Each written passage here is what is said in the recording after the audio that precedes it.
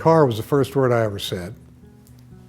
And my folks had a little bet, whether mama or dada, and it was car. Tolly is the youngest son of Armais and Kyra Arutunoff. Armais was an inventor whose idea of building electric motors for use in oil wells revolutionized the techniques of deep well pumping. They lived in Russia, but left during the Russian Revolution to start a business in Germany.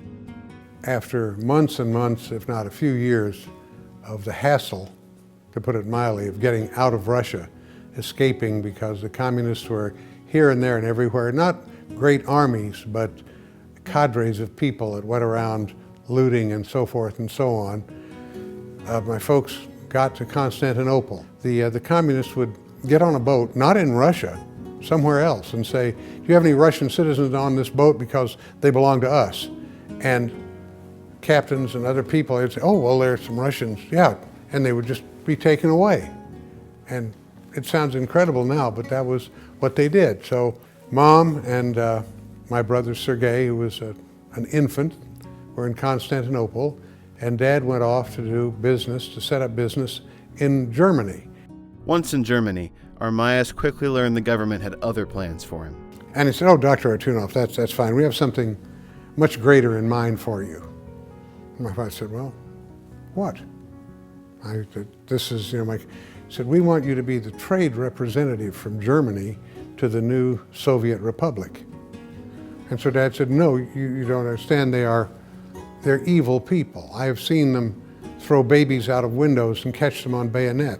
And the man interrupted and said, Dr. Arutunoff said, we must be cosmopolitan about this. In this world, there are people who get killed and people who do the killing, and you are far, far too wise not to know the difference. And Dad said, ethically and morally, I appreciate the offer. It would be wonderful to any other country, but I can't accept it. And I stood up and said, you disappoint me.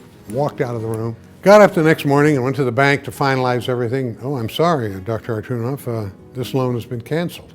And Dad thought, what am I going to do? I have my wife and son in Constantinople. I'm running low on funds.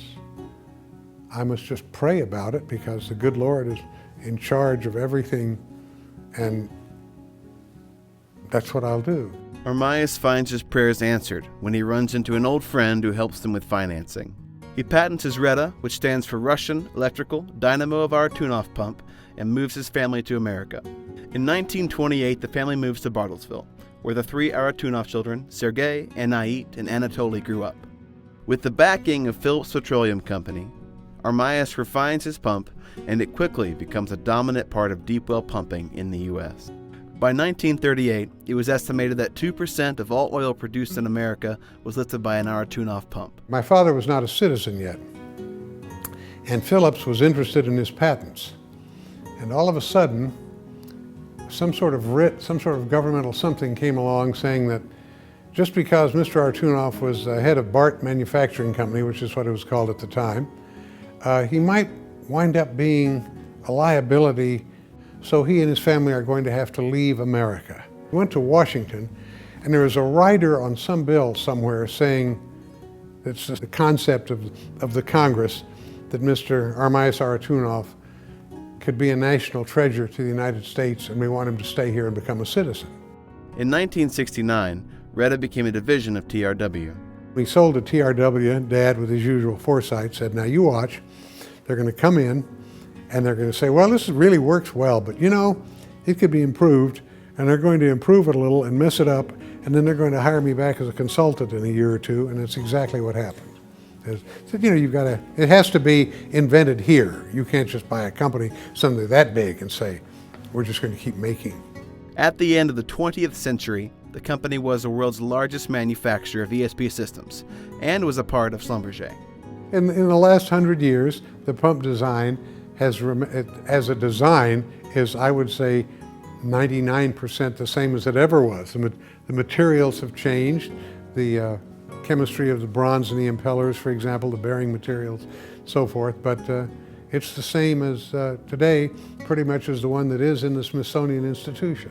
Armais was inducted into the Oklahoma Hall of Fame in 1974, and he held over 90 patents in his lifetime. My father was, as I said, he believed in the Lord Jesus.